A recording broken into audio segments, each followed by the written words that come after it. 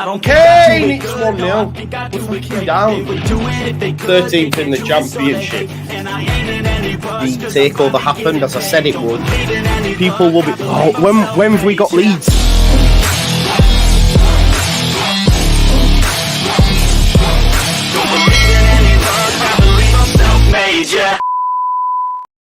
Now then, people, we wish it was Here We Go. We wish it was Here We Go, James B. Listen, yeah, I'm not really feeling very positive right now. Hopefully, Lockie and Andrea might change that mood. Of course, you're here for the Scouting Report, the final episode, where we're going to be looking at attack as the most exciting position, of course, in any football team. But before we do, we're going to check in with the lads, see how they're doing. Obviously, we have to come to the terms with the fact that Ryan Manning has joined our Championship rival, and not only that, they also started to dig fun at us by tweeting a picture of Ryan Manning on his phone, laughing at a tweet. Andrea was good though in his response, with his chat GPT looking at how many trophies there's won. So big up for that. But yeah, we'll have a chat what the current mood is. I just want to shout out Andrew Turner as well, who's just become a member. So big up to you, brother. Thank you for being here. Nathan says Andrea looks knackered. Andrea, do you want to fill us in? How you feeling, brother? No, it wasn't an operation. It was a scan this morning. Oh, sorry, my bad. So... It's my fault. No worries. Want to thank everyone for the messages. Unfortunately, it's not over yet, but we keep going, and hopefully, in life there's ups and downs, so just keep going, even if we have a bad day. Now we're talking about Leeds, so. It's all good, But yeah, it's still a bad day when talking about Leeds at the minute, bro. Yeah, it's not good, exactly. Is it right now? What you talk to me about where your head's at? Obviously, Ryan Manning, who we've spoken about, we've waxed lyrical on, has joined Southampton, our rival. We're seeing Leicester City signing, Doyle, who was on loan last season. Was it Sheffield United? Was that last season? Coventry. Sorry, Coventry. The one that you mentioned is Tommy Doyle, the midfielder. Tommy Doyle. My bad. But we're seeing players be signed left, right, and centre for our Championship main rivals, you would say, and Leeds United are still sitting on the hands. It would seem, mate. What are your thoughts on it at the minute? Well, I'm a little bit convinced that the takeover situation and the fact that we have still an ownership divided, as there's an ownership in the weight in England and an ownership that's still practically has no interest in Leeds right now, but still has the power to sign off the things. In Italy, concentrating on Sampdoria, because we've seen yesterday Radrizzani was at their opening, at their first training, speaking with the ultras, having a speech, with a megaphone. So I think this... I bet he loved that, didn't he? I bet he loved that, Rads, with megaphone. Yeah, bloody hell. They made a chant for him. They chanted for him too, because of course he saved their club. But yeah, I think I have a feeling that this situation is slowing the things down again, because of course, we've seen with Farke, with the appointment of the manager, how long it took to appoint the manager, and they had to do it because they couldn't wait anymore for the takeover to be finalized, by DFL. I think the situation is the same. We can sign players, actually, we can, but I have the feeling that as last time with the manager, it was forced basically because they couldn't wait any longer. Preseason was starting. I don't think they're forcing it right now in terms of the transfer, and like I said in the past, I think this is going to affect the season at the beginning at least. Those players out there, we've seen it. We've done the scouting reports too, but we better get moving right now because tomorrow is the first game of the season, and the season is approaching. So we still need to define who's staying and who's not. So it's a little bit of a transition right now. We don't know who's staying. We don't know what's going. The other clubs are starting making signings, like the Saints, Leicester, Bristol City too. I think to keep an eye out on. I think the other clubs are making signings. We better be going. But yeah, my general feeling is that the takeover situation is slowing the things down again, like they did with the manager. 100%, mate. I agree. Listen, we were chatting about it on Twitch. Please make sure you follow me on Twitch, by the way. I've been doing a lot of content on there. And we were chatting and just working out, like, it's just 26 days now before the season starts. 26 days, it's nothing. It'll fly by. It seems, 2 minutes since I was saying, oh, there's 2 months or whatever, you know what I mean? And now there's just 26 days before the season starts. Leeds United do need to pull the finger out. Big up Steve Brown as well, who's just become a member of and joined JUSTJOE FC. So thank you for that, Steve Brown, and all the lovely messages for Andrea and for content as well. So make sure you keep doing that. Lockie, where's your, because the for me now, the whole angle of the takeover, everyone keeps saying the takeover, it's not flying anymore.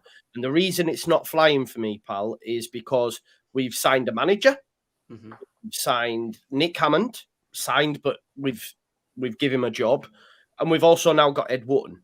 All right, that's 3 positions that have been filled by this regime. So if they can get them filled, then they can bring players in. 100%. What are we waiting for, mate? Yeah, I agree. And obviously all these coaches as well. The young lad we're on the verge of signing as well from... Yeah. Oh, yeah, from Aberdeen. Yeah. Is it Aberdeen? Aberdeen, I think. Aberdeen, yeah. Aberdeen. So, we can bring players in. And I get it. Like, I'm frustrated when I saw Ryan Manning go to Southampton. Obviously, it's frustrating. And when that tweet angered me with the Leeds fan, where they've got a picture of him on his phone, that really did get me. And then from that, I've kind of tried to accept it a little bit. So what I'm thinking about now is, I hate from fan bases, and we're all like it, but the point of that you think you're guaranteed success because you sign a certain player. We're seeing it from Leicester, they're happy, and rightfully so, they've signed some good players. But the fact you think you can just walk the championship because you've signed some good players is not how that league works. It's a very long league, and it is a lot of things can change in that league. Now, and that tweet by Southampton was kind of like, yeah, look, we've got him. But for me, what I'm happy about, and this is what I'm looking at, loan players. So the players we've got back this year from loan, which those other guys didn't, by the way, apart from Teller from Southampton, that played well in the Championship last season. Charlie Creswell really found his feet. Cody Drame got promoted with Luton. Who else was there? There was Dan James, Premier League loan, who we think can tear up the Championship. They have not got them players coming back. So in a way, you think of Doyle, who's just gone to Leicester. We've got Charlie Creswell coming back. So we've got a good, young, talented centre-back coming back into the team. So and Cody Drame, anyone in the Championship would love him at right back. And we've got him. He's our player. So for me, that cancels it out a little bit. And also I'm thinking about players like Sinistera, who we've just seen today. Is he staying? Wober? What if you can keep Max Wober and Sinistera in the Championship? That's 2 outstanding players that those other guys don't have. They just don't have them. Especially Sinistera. He's the best player in the Championship if he stays. Let's be honest. Without a shadow of a doubt. And I'm looking at their squads, and they've lost a lot of players as well. Leicester especially, they've lost a lot of players, and they lose Iheanacho now. They'll lose, all the top talents. If we can keep on to some of ours, they're kind of like new signings as well, because you're not expected to keep them. So I'm looking at all them aspects, and then I'm looking at Daniel Farke, and I'm looking at their managers. We have the proven success in Daniel Farke twice, winning the league. And I looked at the squad to the Norwich team, and I'll talk about it. The 18-19 Norwich squad. Some of their star players were, at the time, Jamal Lewis, 20 years old. Right? Ben Godfrey, 20 years old. Both unproven. The other, Max Aaron's, 18 years old, unproven, was outstanding. And then you look at their big names. They didn't have Buendia at this point. It was Rantic, right? Didn't have an outstandingly shining career, but did decent. Came in for Farke, transformed him. Tybal, similar to him. Not a big name. Made these players good, and they won the Championship. Obviously, then he had his Timo Pukki as well. We brought in the right player for the system. I look at the second team that won the Championship, and you're looking at players like Omadamabele. That's the one, Andrea. 18 at the time, unproven. Was one of the best players for them. Max Aarons at this time was 20 years old. Lewis was 22. Buendia had just come in. He was their star man. They didn't sign a lot of big name players, and they'd failed in the Premier League with the similar squad, and they went straight back up and dominate the league. Daniel Farke is that man who does that. It's all right having these good players, these high value names, but you need a coach who can get the best out of even the young players, which we have in abundance as well. So that's my side to it. We have the manager and the proven, and he wouldn't sign the contract unless he thought, or he was guaranteed signings. I agree with that. So that's my, I guess, positive spin on it. Yeah. But you're still pissed. Oh yeah, I wanted Ryan Manning, but we haven't got him now. So I'm like, right. So what's that mean? So yeah, we'll see. All videos here, who's a Saints fan, says, with all due respect, we've lost one player, Orsic, who played 6 minutes of Premier League football. What I will say on that, though, all videos is, you know, come the end of the window, you're not going to have James Ward-Prowse. He will leave. He will go to a Premier League club. It's just a matter of time.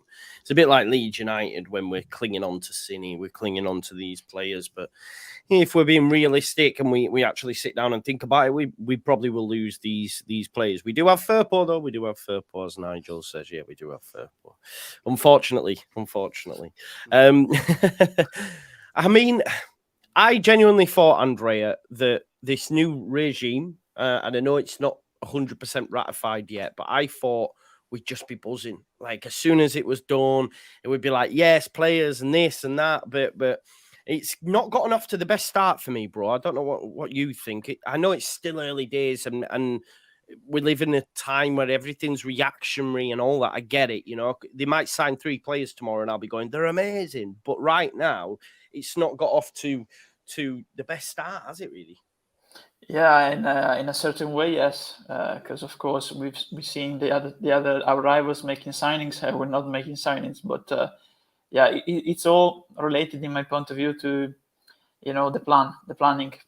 Southampton brought in a new director of football, and they sorted a manager afterwards.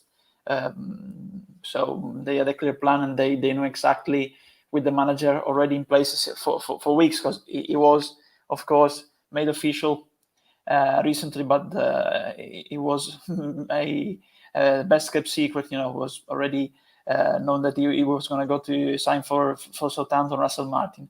So they were already planning for weeks. Same with Leicester, because of course Maresca, everybody knew that he was gonna leave City after the season ended.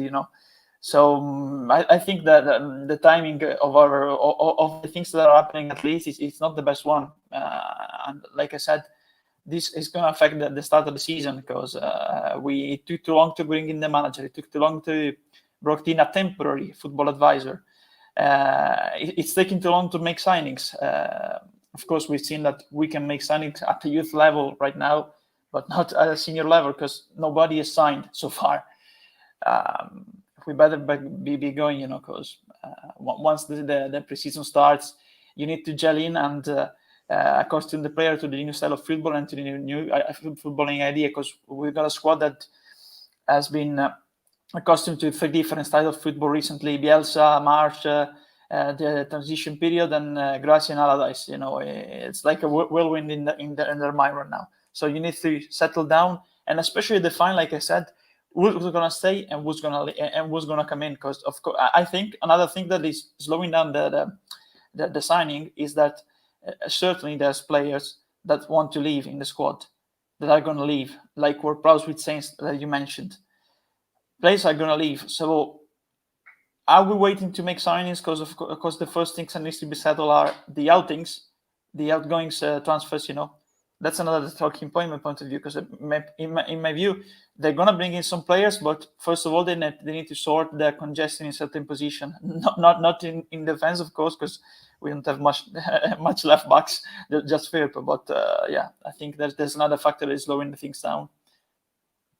Yeah, I think you bag on the money. It's not a helpful situation, but seeing Manning go, like, I don't know where you're at, Lockie, but any confidence I had of signing someone like Joel Piroe, who is the one that everybody wants. Let's be real here. He is the one that everybody wants. I have now lost any sort of confidence that we'll be able to go get him over a Leicester or Southampton. Yeah, no, I agree. But again, going back to Daniel Farke and the players he signs in the Championship, they're not massive names. They never were. And he did well with play. Maybe Joel Piroe just doesn't suit. Obviously you want Joel Piroe. I'm not saying I'm not. Yeah. But maybe if you can't get him, Daniel Farke has names in mind of players that he knows he can get 20 goals out of in a season. Timo Pukki was one of them, and he did it for how many years for them? He was really good, wasn't he? Mm-hmm. So I think I think at the moment I just believe in Farke a lot. I think that's what I'm relying on. So hopefully don't let me down.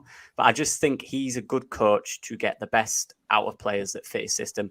And if we lose a man in, there'll be a fullback that he wants or the club will identify that will do a good job in his system. And I think he'll find that. We're going to have to keep speaking about him, but what are your thoughts on Charlie coming back? Taylor, right? Yeah. Well, honestly, I take him in honestly as a player because. Just before you continue, the reason I mention that, people, is because he's been name checked in Phil Hayes' article. They said Ryan Manning and Charlie Taylor, and that's why, we're having that conversation. And Ryan Manning was an easy get. We've failed.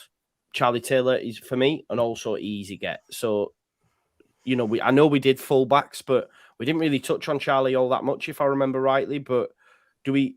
Yeah, because we did, didn't we? No, we didn't, because I thought he was staying at Burnley, honestly. Yeah. Because growing up, we had the proven experience in the Premier League, but he would be a very good player for the Championship, honestly. Yeah. It was very good for us when he broke through from the academy. I remember when we had all the youngsters, in the squad, Mowat, Cook, Phillips, Taylor, Byram. It was bad years, but that was a good sign. Players coming through. Honestly, good taking Mark. Honestly, and I think they will go for him right now. That Manning has expired. The interest in his Manning has expired. Of course, there's the talking point of how we left, because he supposedly refused to play a game. That was Monk's version, of course. Taylor has never given his version, but if he returns and with a positive attitude, I think that can be surpassed, honestly, looking at the type of player. So with the whole Charlie Taylor thing, so I didn't know this up until the other day. Actually, it was on the Phil Hay podcast where they spoke. Dan Moylan had said Charlie had actually spoken in the past and said that he was wrongly advised, he was young, etc. So he sort of did say that he did do it. Do you know what I mean? So okay, I understand. I get why people wouldn't want him, but I just think, as much as people say they don't want him and everyone has their own opinions, I think as soon as he has a good game, all will be forgotten. I genuinely think that, because football's a fickle business. Yeah, it's a good player for the system in my point of view. No, the thing that makes people mad, I think, is also the fact that at the time, he was seen as a local lad, of course, as a Yorkshire lad and a product of the academy, So it's not like what happened with Smith when he went to Man United, of course, because it's on a whole different level. But what happened with Wood when he refused to play a game? Because Wood, when he wanted to force a move to the Premier League, it's different, because he wasn't a local lad. Of course, he was the main goal scorer at the time. And we were starting. He had scored at Bolton. But yeah, I think a factor in the anger towards him was the fact that he was a local lad. But honestly, I think he's a good player, honestly. So I take him. There's the alternatives, of course. Yeah. But if you look at the experience and the type of player, I'll honestly take him, honestly. Yeah. There's definitely options, I think, as well. Yeah. There's other options too. Yeah. Let's just swing it a moment, because it's been reported by Sky Sports Pete, I think, who works at Football Insider, I think, but it's been picked up by a lot of people, and it's saying that Leeds United are after Brentford technical director, right? By the name of Lee Dykes. Lee Dykes apparently has been wanted by some other clubs. I was on Twitch earlier, but I asked you lads to just dip in a little bit. Lockie, what have you found out about Lee Dykes?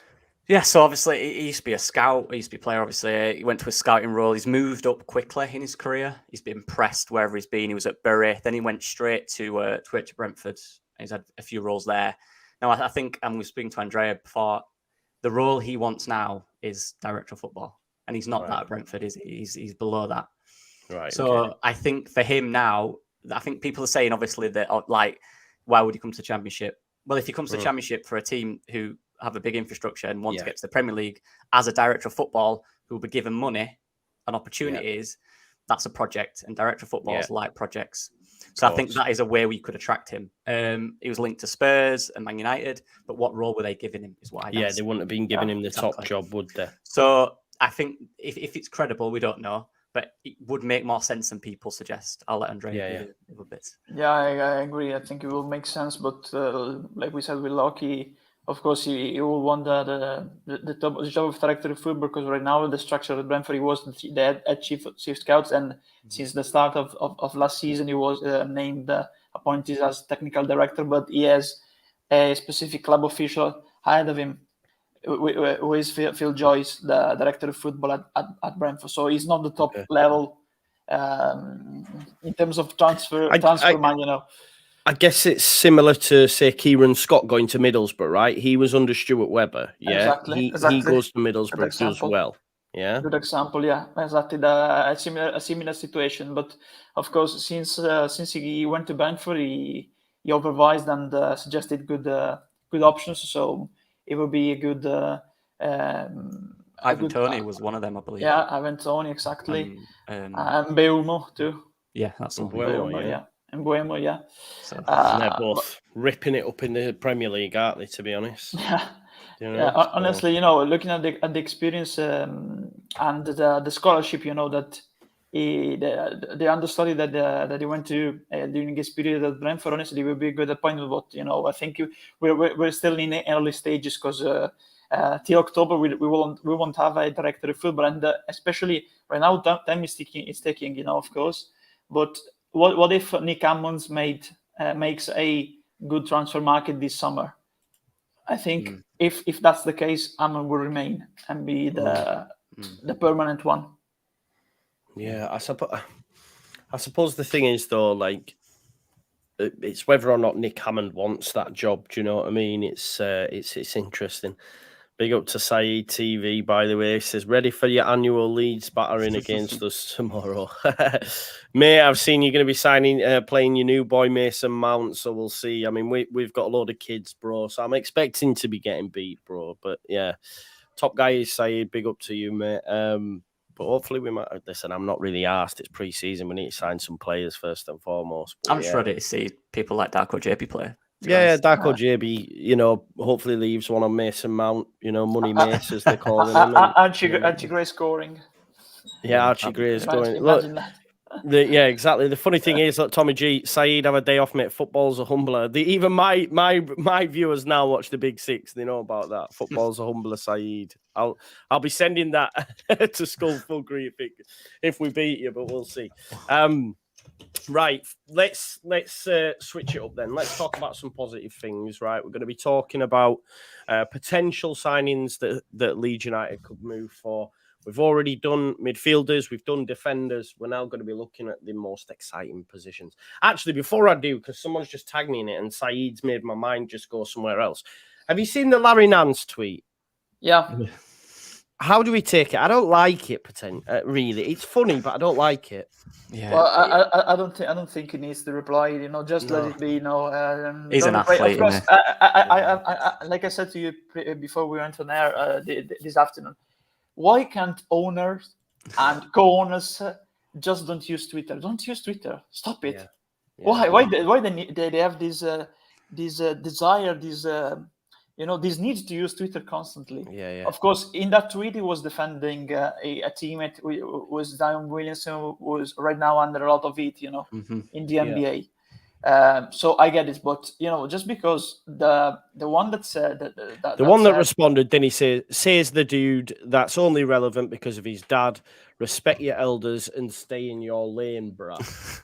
Yeah, with Mbappe picture too. Yeah. At which point, Larry Nance says, "My child, I literally own your favorite team," which I think's it's funny, but at the same time, as a Leeds fan, I'm going, "Whoa, like chill out." What you on about? Your own. That's not cool. Like He owns this shares, isn't a play toy. Do you know what I mean? Like Yeah. this isn't a good thing that he's saying. Yeah, I think, yeah, I totally agree. I think that the PR, needs to be to come again, come in the new season under scrutiny, Yeah, because he's been quite good on social media, hasn't he? So far, it's been all right. Yeah, I imagine he'll get a slap on the wrist. I think it's a general discussion. I don't think it's a good sign to all the other Leeds fans that are not related to that. Yeah, exactly. Hans is a professional. He's a very good person, a very good guy. I just think he wanted to send a message to that specific person, but the only mistake he did actually is mentioning Leeds. But it was good banter for him regarding to that specific person, not related to all the other Leeds fans. But in terms of PR, I think wasn't a good move in the eye of all the other Leeds fans. But it's just a small thing. Just judge him on what he would say when the takeover is 100%. It's just frustrating because it's like like who do you think you are? You own a percentage of the club, like, and I think Radrazani gets stick for. Listen, I'm Radrazani. You're not going to get no fans from me, but he gets stick for saying I helped design the kit, which he would have, or at least give sign off on. And then the fact that had Rad said, literally, I own your football club, or literally, you ain't getting no players until I sign it off, we'd all be going mental. So just because he's part of this new group, it's like, oh, it's great banter and that. And okay, it is funny, but it's also. Yeah, it's mugging us off a little bit, but I don't really like it. Yeah, that's why I said PR is important, because they have to understand the different culture in terms of European sports. Because it's common, in the US sport to have Twitter rows, between athletes and fans. Like Kevin Durant went into some rows, with fans recently. But you need just to take an example. The England women's team, is going to play in the Women's World Cup in Australia, and they went down there, and they had a meeting with the Aboriginal people, of Australia. So to educate them and make them understand the environment they were getting into, the specific culture of those people. So when you get into a new environment, in this case sport environment, in that case specific case cultural / sport environment, because they're down under, of course, because of sports, you have to understand really the functioning of that specific environment. So in the USA, it's normal, it's a normal administration. That in the UK, of course, in European sports, it's not viewing on the same page, honestly. I just think, like someone said this. To be fair, that Leeds nomad should have kept his mouth shut. If you're on about the fan wasn't even mentioning Leeds. The fan was talking about something totally unrelated, and he chose to see that he had LUFC in his tank, and then said, "I own your football club." Like, talk to him about the basketball. Don't be talking about like it's. I almost feel like Will Smith saying, "Get my club's name out your mouth." Do you know what I mean? Like, why are you speaking about it? This is what it's like. Like, you can take it personal, because guess what? If it goes tits up for this group, that tweet now will be remembered. And he will be dug out for that. So I just think, like you say, if someone's having a go at you about basketball, have the go at them about basketball. Don't be talking to them about Leeds United. That's my thing. But it is what it is. I agree. Maybe I'm being too precious. I don't know. But no. we move. Let's talk about the kit then, folks. How are you feeling about the kit, both of you? I think it's ordered it. Yeah. You both got it, yeah? No messing about. Straight in there. I think it's really nice. Great kit. Yeah. Have you seen I had made, when there were the leaks, about the kit. Sometimes I like to, as an hobby, to design the kits via website. And I actually made the version of this one in yellow and blue. So I really hope that the away kit is yellow again. Honestly, yeah, it'd be nice. Like, I think for me, the same colorway, but like yellow and the stripes blue. Do you know what I mean? Then you've got class as well. Yeah, I love the picture. Is cool as like that. He's ready, isn't he? Oh man, it just looks hard, doesn't it? Like it is just that picture in its own. I'm like, yeah, that's doing it. Like he just looks dapper as. Yeah, man, it's cool. I think the kit itself's just a thing of beauty, isn't it, man? Yeah, I love it. Yeah. I like the stripes as well. The sponsor looks decent. Yeah. It suits it, doesn't it? It's not too loud. The Adidas thing without the Adidas underneath is pretty nice as well. Yeah. And the little pattern, the pattern's really cool. The pattern's really nice. The less said about them, the better, Vic. Have you seen the one of them's purple with pink shorts, I think. It's like, what is that? Yeah. Oh, well, man. You'll have to buy one, don't you? You don't have to buy any, but... I've never bought a goalkeeper shirt, you know. I won't be getting that one.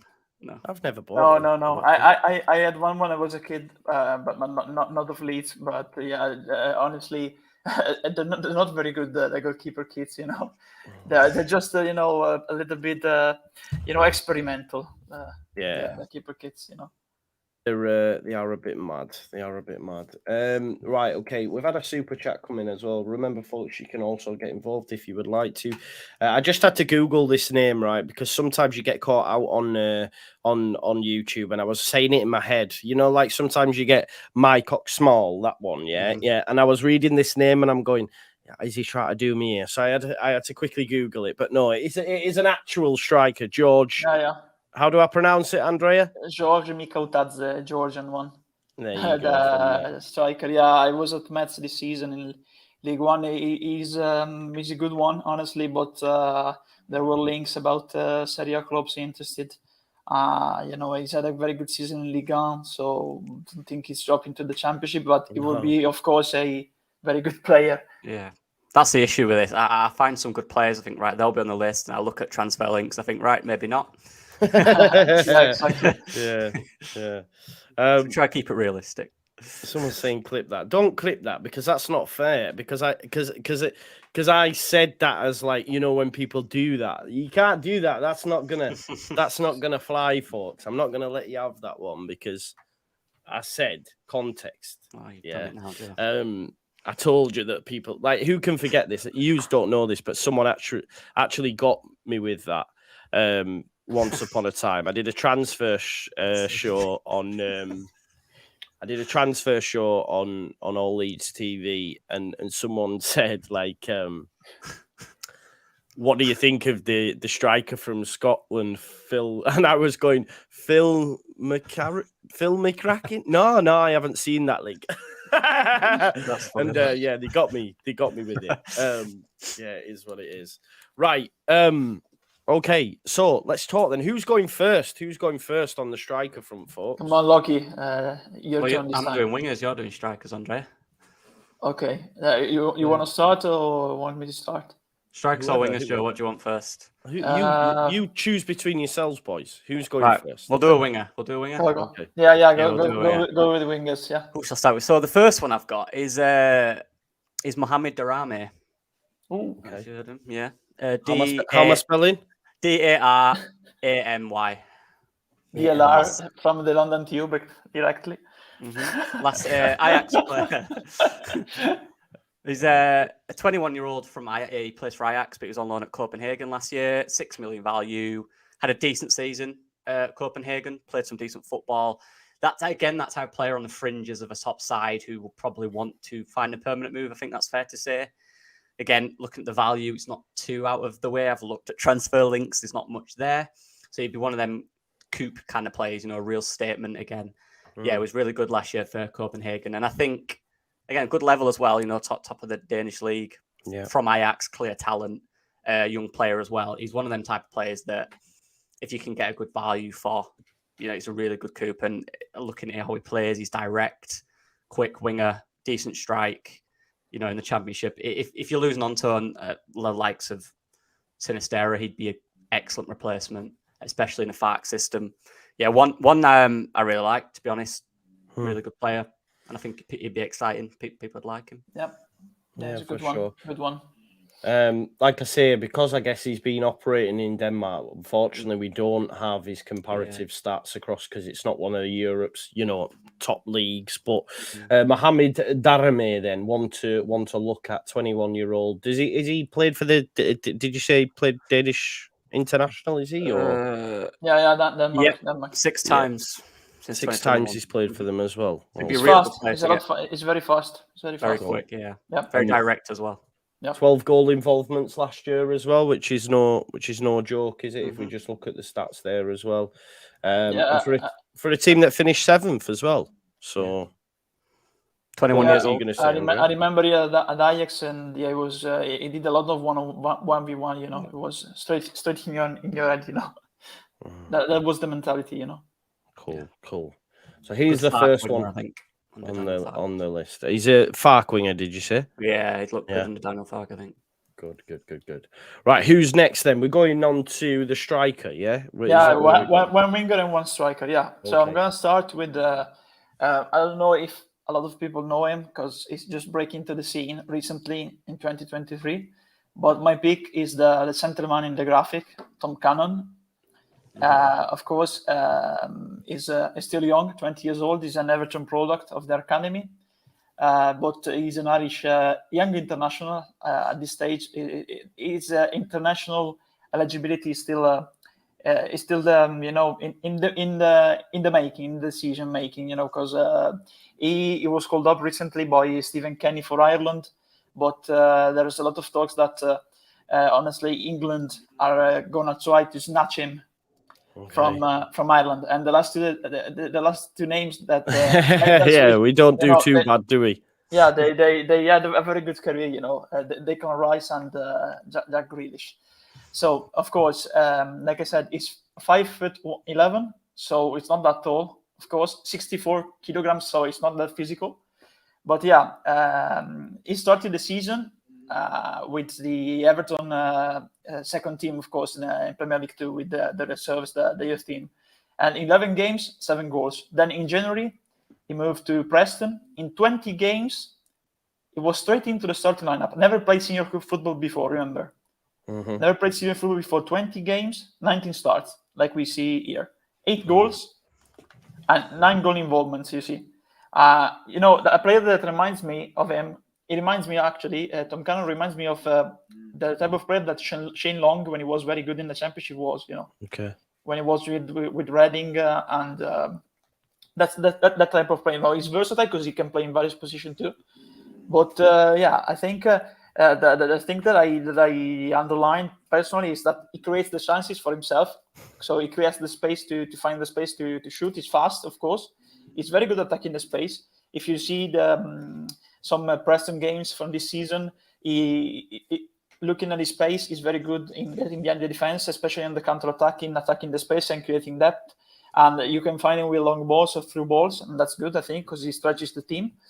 Another type of player that I compared him to is, apart from Shane Long, is Kemar Roofe. That type of player when he was good with Leeds, in under Bielsa, and the first season he was with us when he signed from Oxford. He has a quick timing too. He's very fast in the decision making in the penalty area too, inside the area. He's a very good shot. I think he's a one in the making, and good off the ball movement too. So especially if there's there's been a lot of players linked to Everton from Leeds. Yeah. If we are to make a business with them, I think we should try to get in part of that business. Honestly, like we did with JB, with Man City, of course. There was the opportunity of Lavia too, but we went with JB, and I think he's a good player eater. Of course, he hasn't had a shot yet at senior football, but I think he will be very good, JB, and I think we should do the same if we have to make a business with Everton. Try to get the Cannon, Do we know why then his loan at Preston ended? Like why he went back to Everton? And look, it shows there that he had 2 games in the Premier League, 25 minutes in total. So obviously was substitute appearances. Was it a lack of options for Everton? Do we know why he was brought back? Oh, we can check that, but I think it was at the beginning. Honestly, maybe I'm wrong, but just let me check that because. You called me off guard with this one. No worries. Because I can just see there the same season. Obviously, he plays 20 games. Yeah, it was Joe. It was at the beginning of the season in November and December. So he played two appearances, 16 minutes versus Bournemouth. Oh, that was My bad. Okay, so that came at the start of the season, and then he went out on loan. Yeah, in winter, then just before he went out on loan to Preston, because he was doing very well. I think Everton had actually a striker crisis back then, because I remember that Calvert-Lewin was injured, and I think Mope was out of form, and they had to recall in January Sims from Sunderland. Yeah, so they had the injury crisis, and maybe that's why he went into the team. Then they sent him out on loan when Lampard was still the manager. Yeah, but Farke. And yeah, you can see there, like Premier League Division 1, Premier League 2 Division 1 as well, got 9 goal involvements, gets his loan, like you said, to Preston, and gets 9 goal involvements in 19 starts, which for a young lad isn't bad at all. That's who he's, similar to, to players that are a similar profile to him. And as I say, if we look there at the his percentiles in a graph, which is it just looks nice, doesn't it? Progressive carries very high as well. Successful take-ons, which is good, right?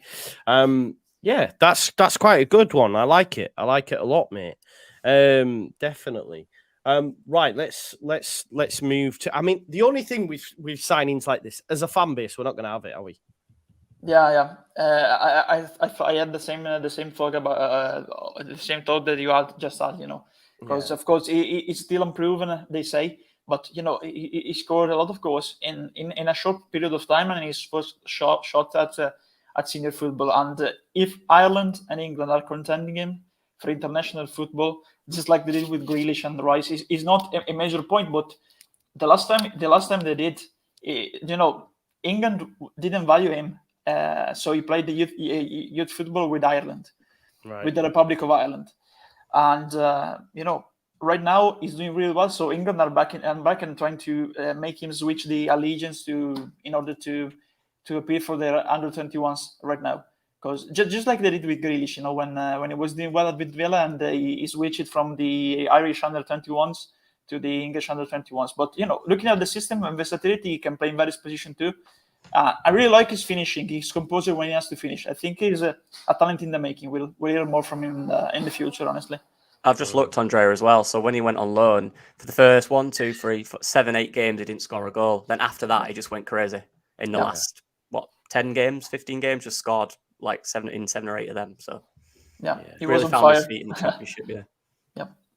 Right, definitely. No, it looks a very decent proposition for sure, and one to keep an eye on, even if he don't come to Leeds. We're aware of him now, Thomas Cannon. Right, okay. Back to the wingers. So who have you got for us, Lockie? We've got a right winger predominantly this time, and his name is, this is a difficult one, Jasuron Rak-Sakai. Oh, I've seen him play live. I've seen him play live. Good. Got him. Jasuron Rak-Sakai. Yeah. Okay. I've seen him once or twice for the 21s for Palace. Yeah. So basically, he was on loan last year at Charlton in League One. Okay. If I think a fairly poor side, they didn't do great, did they? Was fairly average, yeah. And his first season in senior football with 15 goals and 8 assists in League One is nothing to sniff at for. How old is he? 19? 19. 20 years old. Yeah, 19, 20, yeah. 20, yes. Sorry, 20. Yeah, right-sided player, left footer. Solid player in League One last year, like 43 games played with 15 goals and 8 assists in the first season. 3 goal involvements. It's good, isn't it, bro? 1 and 2 as a winger as well in a fairly poor side. You've seen him live, Andres. He's very quick, very direct, great feet. Probably obviously still raw given his age, but for his first season in, I guess, pro football to get 15 goals and 8 assists in a fairly poor side he will be looking now for that step up. Yeah, of course. And for me, you look at the Ben White factor, who went to League One and did solid there, came to the Championship. The next step then is So for me, this you've seen him live, Andrea, so you'll be able to speak more about him. But a really exciting talent. Just before you do, Andrea, just looking at it there as well. Like obviously, he gets 23 goal involvements at Premier League 2 Division 1. Obviously, that then gets him a loan the following season, and in a team that finishes 10th, he gets the same sort of numbers. He's definitely made that I think he's one of them players that the better the team is, just the more he'll thrive. Yeah. The more one-on-ones they'll get, the better chances they'll get, the more options they'll have. Yeah, really good player for me. I know it'd be a loan, I'd imagine, but he's valued at 1 million because he's really young. But if a loan to buy, if you get promoted, it'd be an excellent one for the future as well. Definitely. And Duncan says, saw him at Selhurst Park against us in the Premier League 2 a couple of years ago, which we can see here. And it says Palace fans were raving about him then. Player. So, yeah. Yeah. He'd have only been about 18 or something then at that point as well. So, Andre, you've seen him live. Do you want to talk to us? I'm just going to go shut the window because it started raining. I'll let you crack on, okay? Yeah, I've seen him live because I went to see Charlton versus Forest Green Rovers. I had to be in Leeds that night, but the game got postponed. The game against Forest because of the Queen's passing, So the day after there was just a game in London. It was just the last night before I was going back to Italy, He didn't score in that, did he? I don't think. Yeah, he did not because he was playing basically on the right, and Collie Taylor-Blackett was playing on the left with Miles Lieber as the centre forward. You can see he was a good player because he when he got the ball, he was really lively that night. He did a lot of one-on-one. He also tried to use his weak foot and tried to go through the center. But his crossing was very good too. Charlton were a really poor side, and they didn't have a good game plan.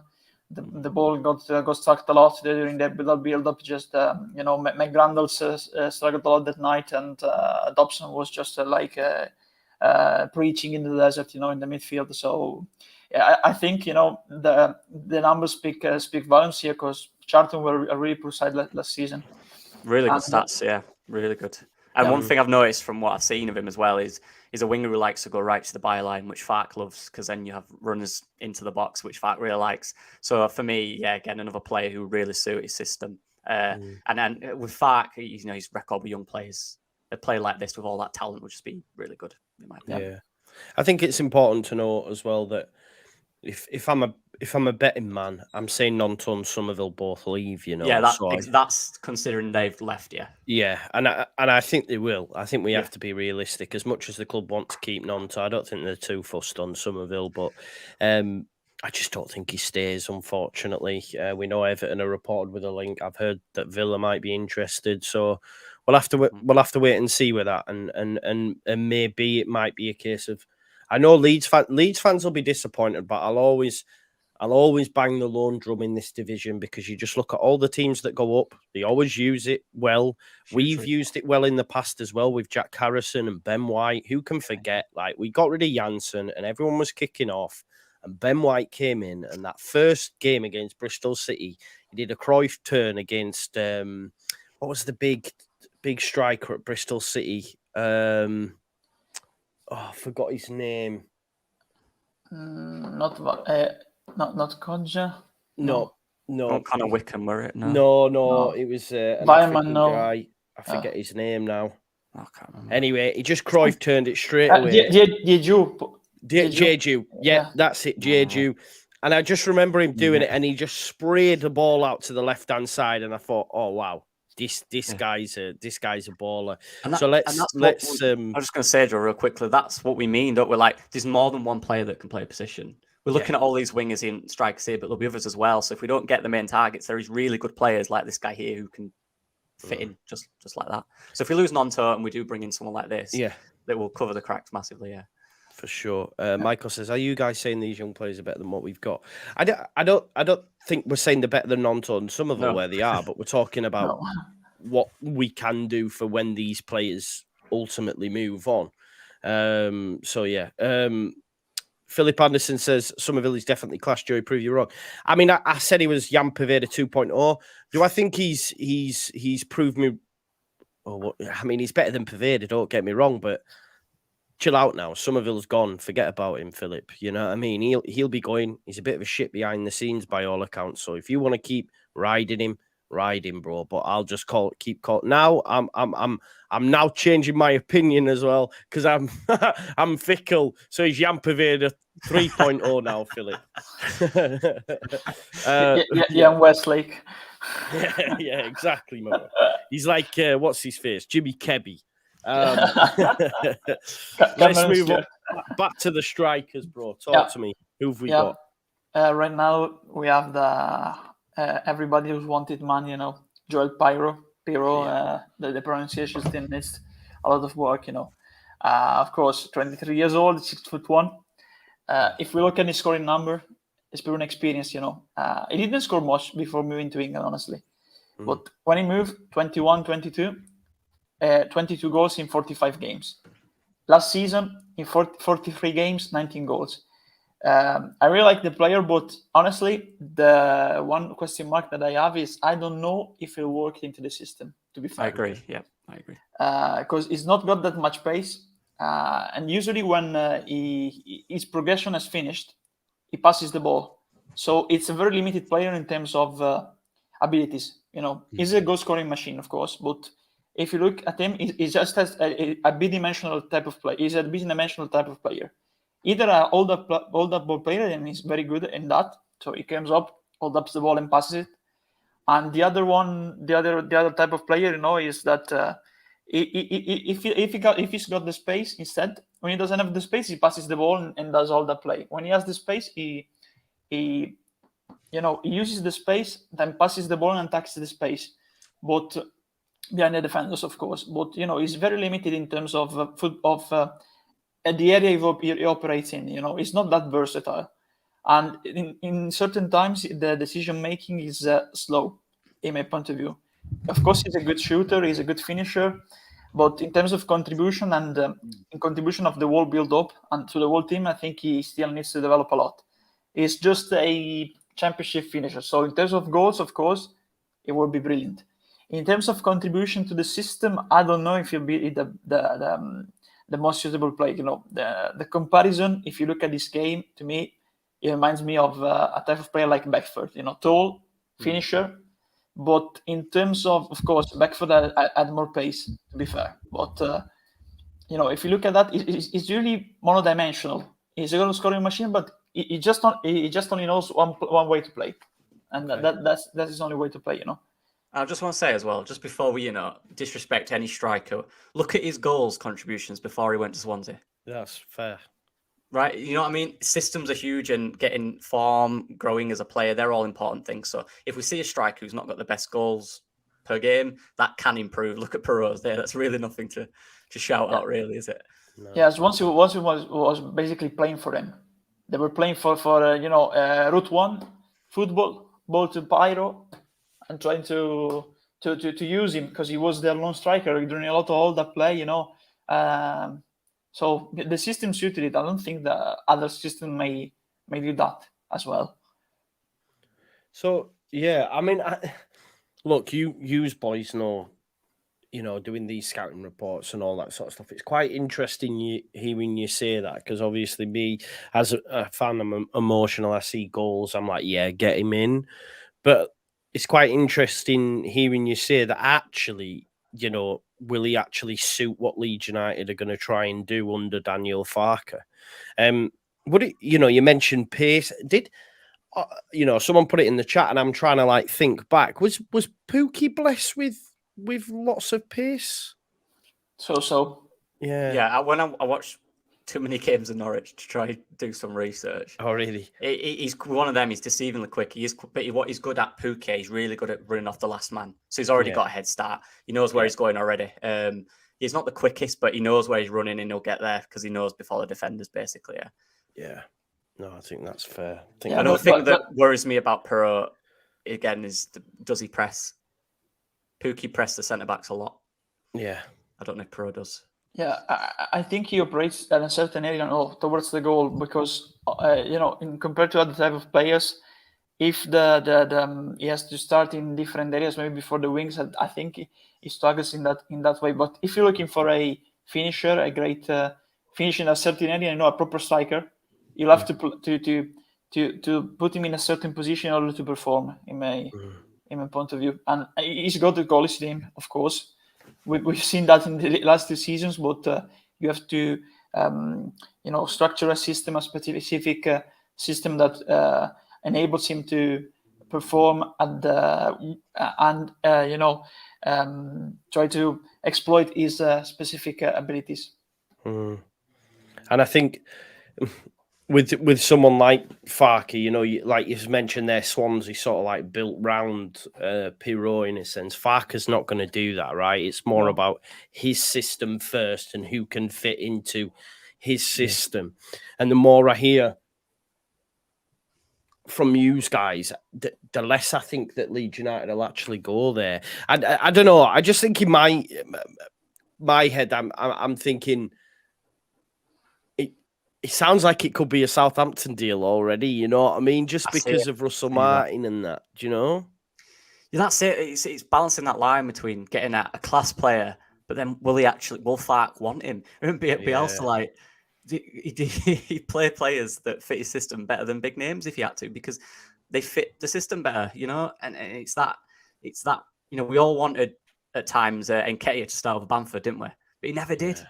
Because he's got the finisher, but he didn't have everything else at that point. So it's that line, I guess, of do we sign the best player or one that will fit the system?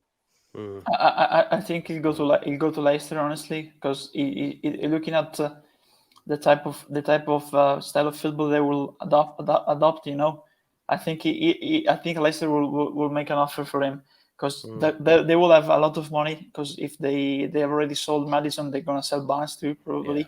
99%. So they will have money to invest in the attacking area, you know, for a striker.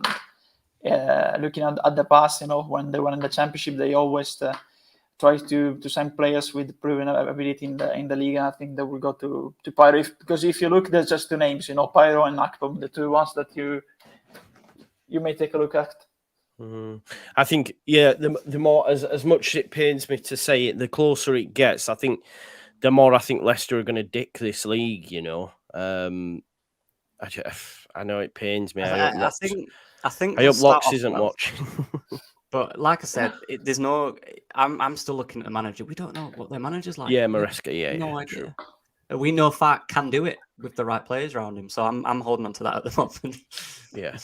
Yeah, we'll have to wait and see. But I think we'll all be over the moon if Joel Piroe does come through the door. For sure. Right, okay. Who have we got up next then? Who are we looking at? Which one do I go with? Right, we'll go with this one. We'll go with Jan Nicholas Best. Beste.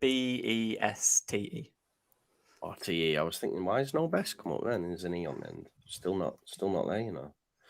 I've got him now. Him. Oh, Beste. Okay, Beste. Yeah. Jan Nicholas Beste. 24, yeah?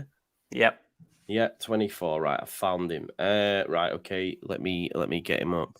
1 sec. Here we go. There we go. I see. Last season, it was in the Bundesliga too. He absolutely tore it up. He's a left or right winger. Can play either wing.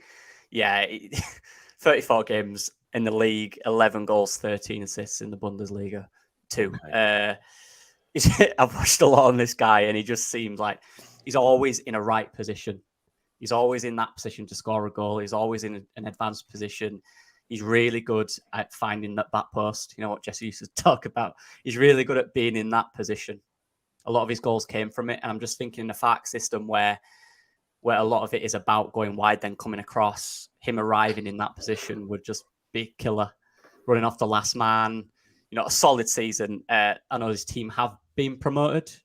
He'll be in the Bundesliga next year. So there's that to contend with. But for me, he's definitely that.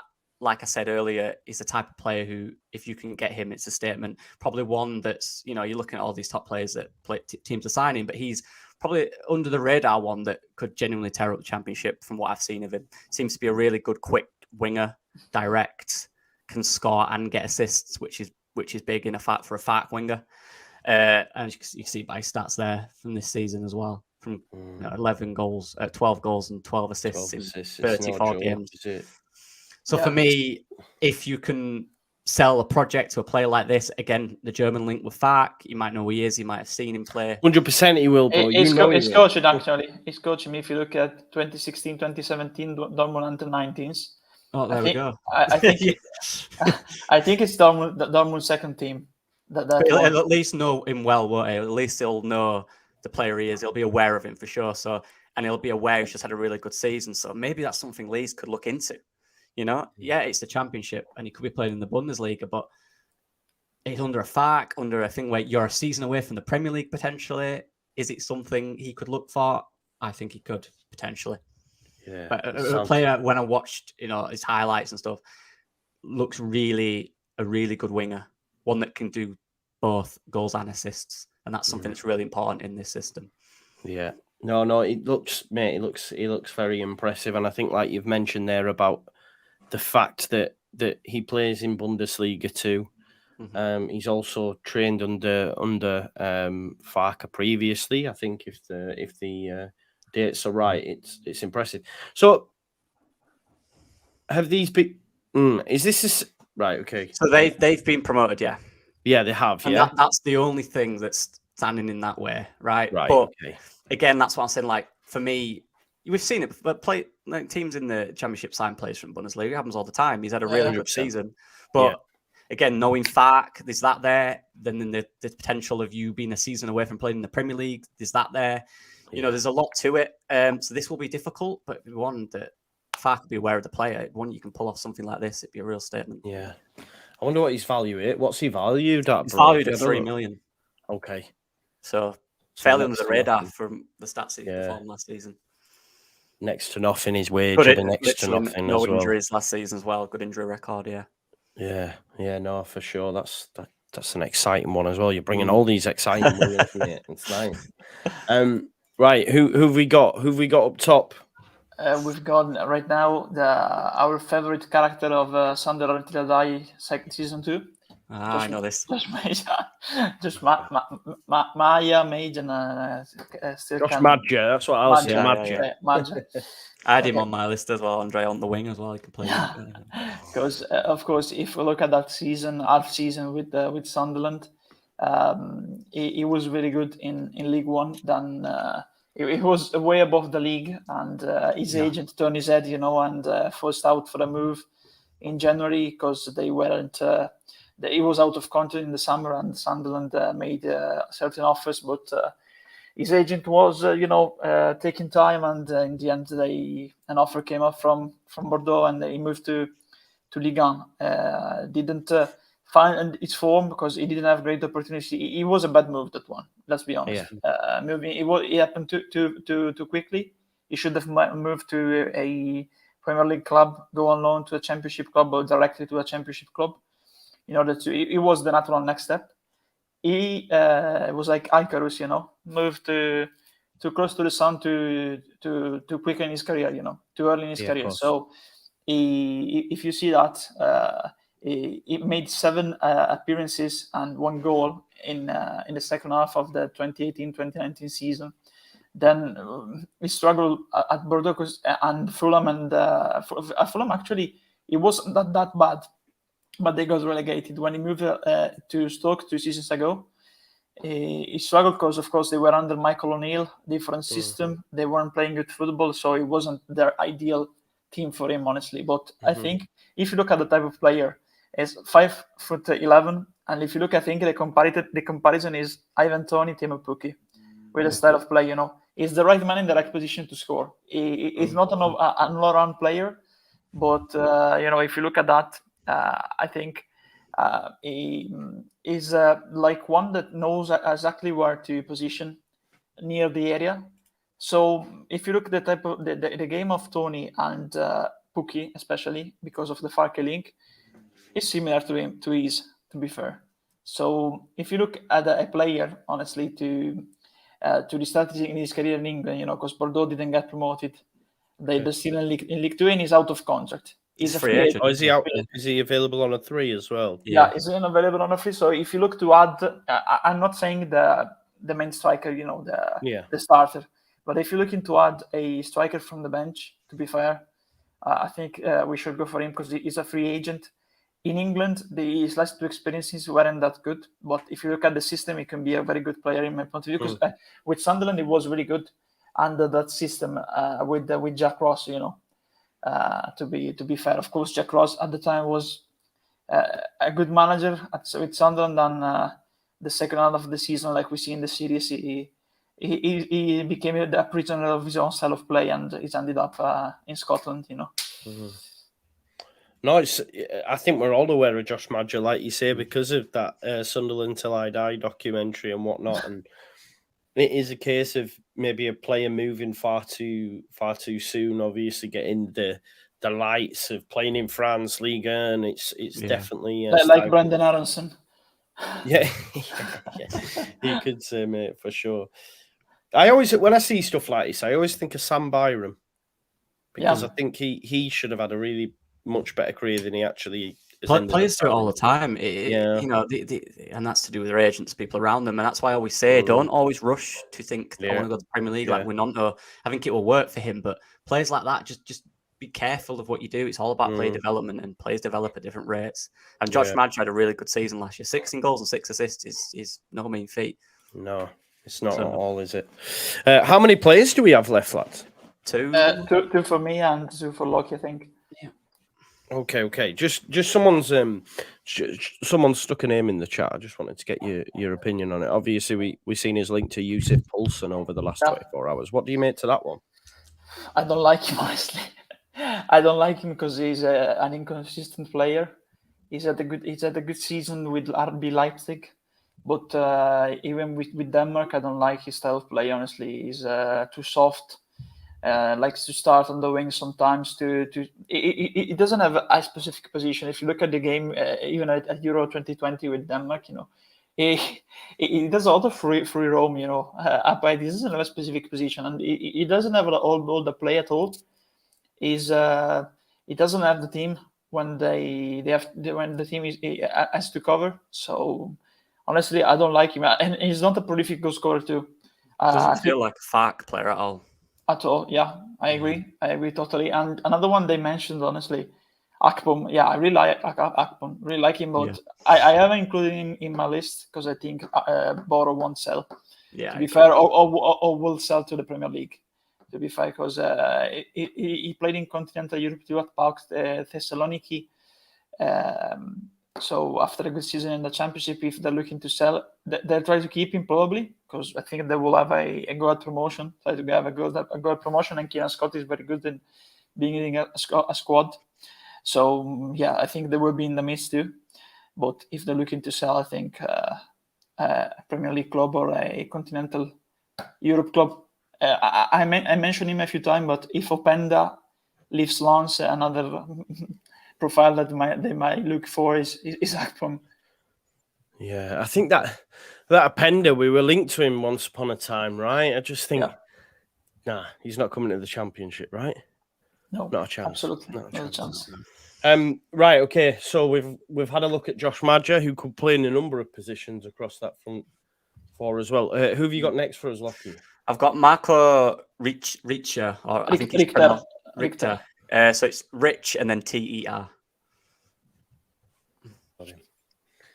This is one I probably watch most because I used to watch Bundesliga was on YouTube a lot last season. Okay. So I've seen him in a few games when I used to do my dissertation, and I really like what I saw from him. So yeah, have you found him? Yeah, go on, mate. Yeah, go on. So basically, a 25-year-old German player. He's predominantly a left winger, can play right wing, can actually play in behind the striker as well. The profile of player I'd link him with most, and he was in the Bundesliga 1 last year, by the way. The profile, and in a very poor side, by the stats. But what I look at there in a very poor side, a guy who if he in and around the box, he's very creative. He's like I liken him to Jack Harrison in terms of stature. He's not the quickest winger, but he's very technical. He's very good at, as you see there, getting assists and goals and actually like being involved in the play and playing in a bad side. When I watched him last year, from what I saw, and we can look at pass completion, but Hamer's was terrible as well. You know, there's reasons for stuff like that. Obviously, the team you're playing is massive. But yeah, really, not as direct as the others, but more of I guess a type of Buendia, more of a creative as opposed to a direct winger that can come inside and create play. Really good foot on him, really good strike. A lot of his goals are from the edge of the box, curling in the corner. Oh, there, look, Jack Harrison.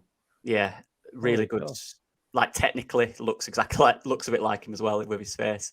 But he's one as well. German Olympian. I think he played at the Olympics, if I remember correctly, some years ago.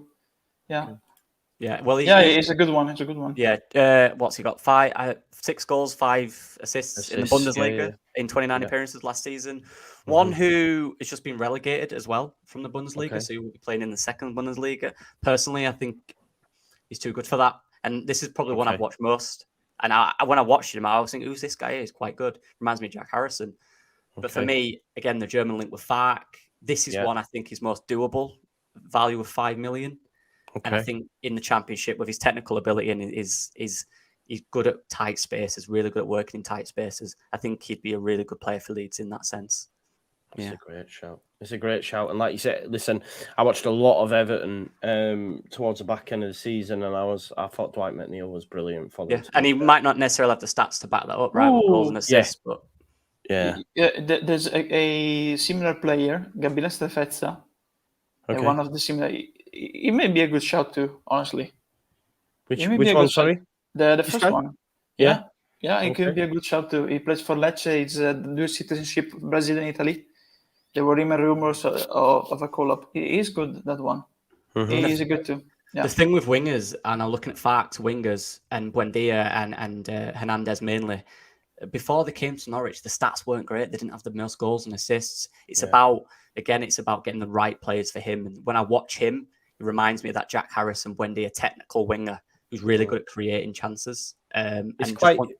He's got quite a lot of, like, obviously here, he's played in a number of positions, it would seem, because they've got him ranked along attacking midfielders and wingers, which you mentioned, midfielders, and you can see there he's right up there, and then with the full-back position as well. So he's got very good defensive Swiss Army knife. Do you know what I mean? Yeah, so I think he's one of them who could, if you lose Jack Harrison and you're looking for that more technical style player, he'd be a perfect fit for me.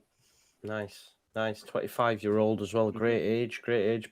Not a big wage either. So yeah, like that sounds perfect, doesn't it? Yeah. Sounds really good.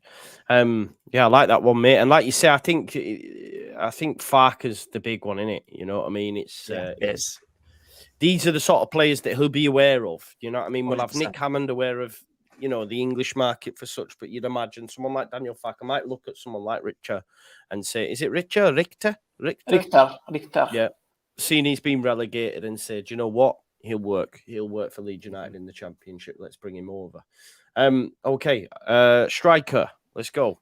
Yeah. I just sent you a direct message on Twitter because this one is my number one choice. And there's also a video we should look at defining the character. My first pick, this one, Joel Pohjanpalo, Finnish, just like Timo Pukki. Give me the name, bro. I know this guy.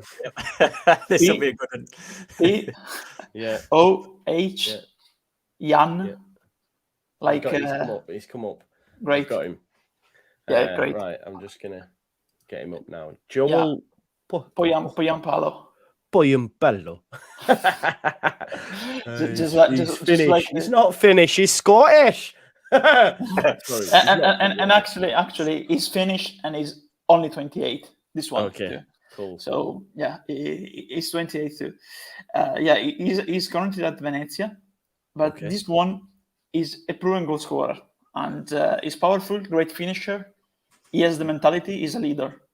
He's a leader. He moves a lot off the ball and stretches the defense. He's got the experience. And if you look at this record, this one is powerful. He has a mentality. His run, his pace is very good, especially in the final third. And he gets past the defenders off the ball very quickly. He has a good football mind in terms of where he needs to be on the pitch. Of course, he's a Finnish international. He's even played, he's scored 14 goals, played at the Euros when they qualified. This season he moved to Venezia because previously, he had a good season with Düsseldorf in 2016, in the Zweite Bundesliga and Bundesliga 2. So he moved to Bayer Leverkusen. And at Bayer, you see 11 games, 6 goals. 7 games, 1 goal. Then he got injured. And he had to, he basically missed 2 seasons. So moved to Hamburg on loan, 14 games, 9 goals. Then, moved to Union Berlin again on loan, 19 games, 6 goals. Then he moved to Turkey, 2 seasons ago to Çaykur Rizespor. 33 games. Say what? To Çaykur Rizespor in Turkey, in the Turkish league, 33 games and 16 goals. And he was out of the radar, when he was in Turkey. Then he moved to Venezia. He was the best striker in Serie B by a mile. Okay. But he was dominating the league. He was walking in the league. It was like he didn't.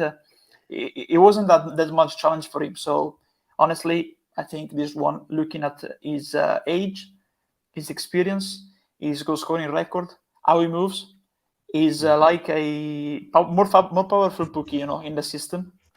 Is a player that I would like to watch in a Leeds shirt. Honestly, I think it will be a very, very good addition to the team. I've seen him play sometimes for Venezia this season. He's worth Serie A, not Serie B. So that's the type of player. But if you look at his age, he's still good, 28. And honestly, I think he's a player with championship football written all over him. If you look at the type of football that's playing in the championship, he can fit perfectly right into that type of football. And if you see the link that I sent you, he's even a bit of a character. We'll get along very well with our fans, because after the games with Venezia, when he scored, especially when he scored hat-trick, they had a bar near their curva, their most vocal section, So after the game, he went and ordered a beer and drank the beer with the fans right into the pitch, Oh, really? Yeah. I was just going to say as well, I think this is the one that I like the most as well. I can't share it, obviously, because I think I can share okay. of it. Let's have a look. Yeah, if I put it up, you see it'll. So send your pic. It's all right. I can do that. Look, there he is. There's one of his goal celebrations. Yeah. Going and celebrating with the fans and having a drink. I don't know. Do you know the mad thing is that won't go down well in England? I'm telling you, it'd be on front page news and that they'd make a thing of him. But, yeah. Also, pre-season it would. Pre-season it would. Played in Germany as well, so there's the Farke link there. Be aware of him. It's like a scene right out of non-league, of Sunday league. Yeah, exactly. No, I like that, bro. It's good, and I think. Do you know what the cool thing is with him? Like you've mentioned there, he's played in Germany, but it's clear from looking at his career in terms of where he's played, etc. He's not afraid to fancy his chances elsewhere. Do you know what I mean? He's moved to Italy. He's played in Germany. He's moved to Turkey. It almost feels like that next move is England for him, doesn't it? You know what I mean? Yeah. I love the fact he's Finnish as well because of the Pookie stuff. Do you Perfect, know what I mean? Isn't it? It is perfect. It definitely is. Let me just shout out Andy. Andy, what an absolute legend. He says, just a little gift to the Just Joe Football Fund. Fellow Just Joe followers, please subscribe. And if you can, become a member so Joe can grow his great channel. Great show, Joe. Andy, thank you so much for your continued support, bro. It means an absolute lot, that, man. Thank you so much. Thanks for all the love, folks. Thanks for all the love. Yeah, someone's just said there, love this guy. 5-year contract now, please. Yeah, I like that. I do like that as a signing. And like you say, even like you might look at these spells here where you can say, oh, there's 0 goals, but he's played two games. You know what I mean? He's played 1, where he's actually had a sustained period at clubs. Goals. He's always scored. Do you know what I mean? Yeah. Which is important, isn't it? So that's really good to see. Again, a player as well that I've seen he's perfect for the Farke system. Yeah. So. Oh, cool. I think the only thing we'll struggle with is his name. Pohjanpalo, for me, before you, like, if I didn't have you to say it, right, and someone said, who's that, Joe? I'd be like, Pohjanpalo. Do you know what I mean? It's like the song of the Eurovision, Pohjanpalo. I don't know. Joel Pohjanpalo. That's what I mean. That's what I think. But yeah, great age as well. 28, comes in, ripe old age, perfect time. Finish. Daniel Farke. Let's make it happen. If Daniel's watching, bring in Pohjanpalo. Make it happen. If he is working, if he is watching, you two will. You'll two be getting a job for sure. Yeah, he might be going. Oh, he's quite good. Yeah, Joel Pohjanpalo. Let's bring him in. Right, who have we got left? So, final winger. And he is, some people in the channel know him, is Carlos Borges. Borges. Another Manchester City under 21 player. Cool. And I spoke about Bob the other day. So Bob and this guy are by far the two best players in the great name, isn't it? Yeah. Left winger. He's been linked with Forest, which is why I'm a bit disheartened right now. Okay. But City are looking to sell apparently. Yeah, like last season, 24 appearances, 21 goals, 11 assists in Premier League 2. He's a joke. He's a joke of a player. But again, it's and in the youth leagues as well, 6 assists, 4 goals in 6 games. 33 appearances, 29 goals, 18 assists last season. He's a joke. Really good, talented young player. Direct winger, can score, can dribble, can get assists. One of them that I thought we could have loaned, been one of them City loans. But it seems I've seen some news today about him potentially going to Forest. Right. But buying him. So that's kind of disheartening me. But you never know. Football's like that. But in terms of talent, in terms of how good he is as a football player, if we could even get him on loan for one season, I genuinely believe he'd tear up the Championship. Like, I think just like Oscar Bob. I love that. I love that name. I just would sign him, just him and Pohjanpalo. Let's bring him in, Bob and Pohjanpalo. Yeah. I think the thing is, I was actually listening to, I think it might have been Football Weekly earlier, and they were talking about how good clearly City's academy's become. Like, it's absolutely phenomenal. It's a joke, yeah. And you know, it's great what they're doing. Like, that's what you have to say about the infrastructure that's been built there. But like, they're so good, but then they struggle to get into the City team because the City team's so good. But then what City's doing is, like, they're then able to, I guess, sell them on, and then also stick in a clause that say we're the only team that can buy them back first, or you were going to get, you know, like we've seen with Lavia, etc. Loads of them. Apparently, Darko had one, but we've been told he hasn't now. Yeah, Darko hasn't got one, I don't think. So that's really good. But that'd be a thing, wouldn't it, with City? But for me, even if it's just a loan for a season, if they're looking to sell him, well, we'll cross that bridge. But yeah, like, having watched him quite a bit, obviously been living near there. Him and Oscar Bob just absolutely tore that league apart. I think he'd be a perfect winger in the Championship just to start his career off. He'd play every week. He'd run the league. For me, I think he'd be a no-brainer. Nice. Do you know anything of him at all, Andrea? Is it first time? No, I've heard about him, not watched him play. Honestly, watched just a few highlights. Yeah, he's a good one, to be fair. He's already suited in terms of body and physicality to the senior level, in my point of view. Carlos Borges. Yeah, nice. All these exotic names there. Whatever happened to these players like Dave and that? You know what I mean? The mad thing is, we've now got rappers called Dave instead. Yeah, literally, yeah. Amazing rapper, by the way. Okay, so yeah, great. He is great. Have you got one more? No, we've done them, haven't we? My last one. Oh, you got one more? Just gonna drop the name. Just gonna drop the name because he's recovering from an injury, but for the future he'd be a good addition. Stewart from Sunderland. Okay. You know, we were linked at one point as well, right? Yeah. 25 goals in 46 matches in League One, then 10 goals before injury in 13 matches. He's a force, pivotal. It comes from the lower leagues too, so he's made his way up to the Championship. And despite his age, he's got quick feet, you know. So it's not like Peter Crouch in a certain way. Black Crouch was a good goal scorer, actually. He's like Matt Smith, but with good technique, you know. So he's agile and good with the dribble. So I think my biggest worry with him, Andrea, is obviously his injury record. His injury record, exactly.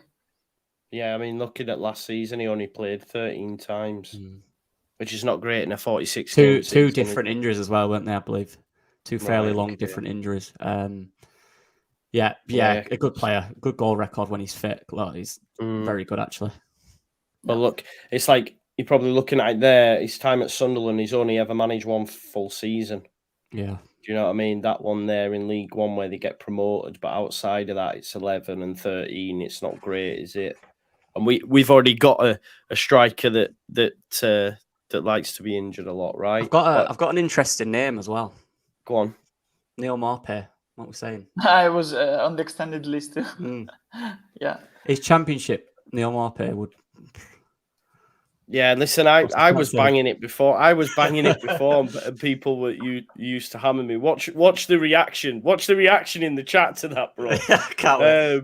I don't mind Shay Adams, man, but look, I didn't mind Shay Adams. I didn't mind him as well, but I was just going to say Cameron Archer is one who would be up there, but I just think, given his performances at the European Championships, I don't think he's championship anymore. I think he's going to stay at Villa. So Cameron Archer, I don't think is realistic anymore, unfortunately.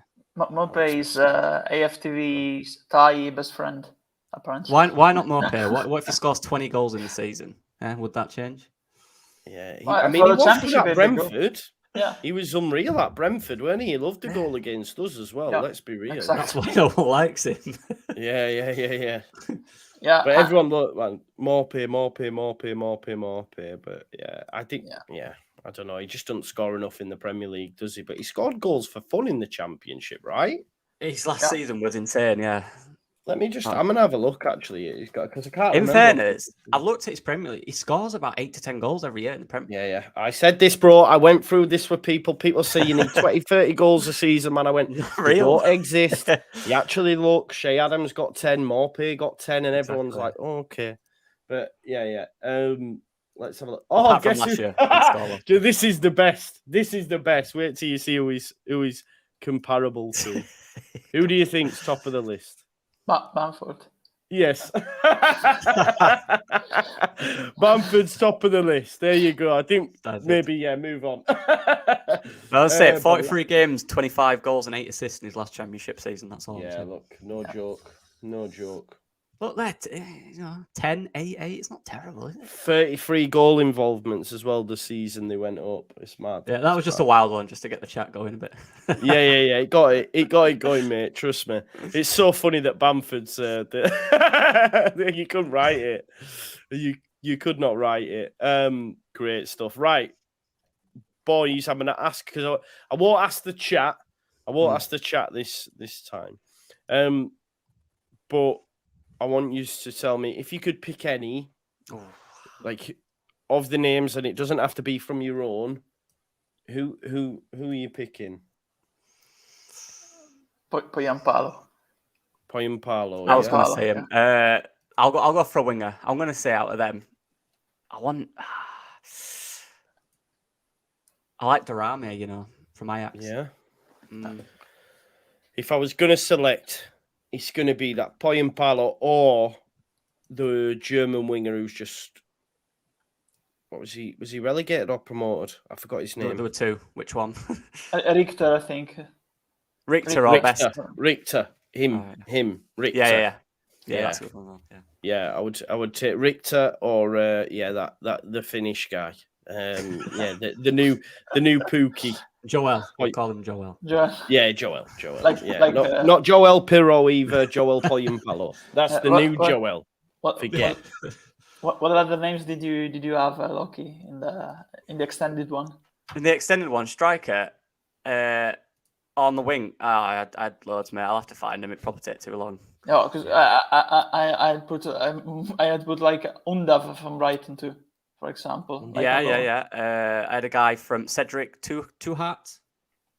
Played in Bundesliga, scored a lot of goals last season in the Bundesliga. Cedric Twat. No, two charts. I don't know. Josh Madge. Two chat. Yeah. The guy called Sahi Dion played in France, I believe. A few French strikers in there. They're quite a lot, but yeah, it's hard to I'd put Akpom Raksaki like you. Jack Clark is in the wing. Tait Chong from Birmingham City. Dion Charles from Bolton. Dabur. Of course, Munas Dabur. Takuma Zano from Bochum, winger striker. Hannes Wolf from Gladbach, winger. Adrian Gerbic from played in League One. Ander Barrenechea from Real Sociedad may be available on loan. Giuliano Simeone from Atletico Madrid, get our type, on loan. Villa Libre from Athletic Bilbao.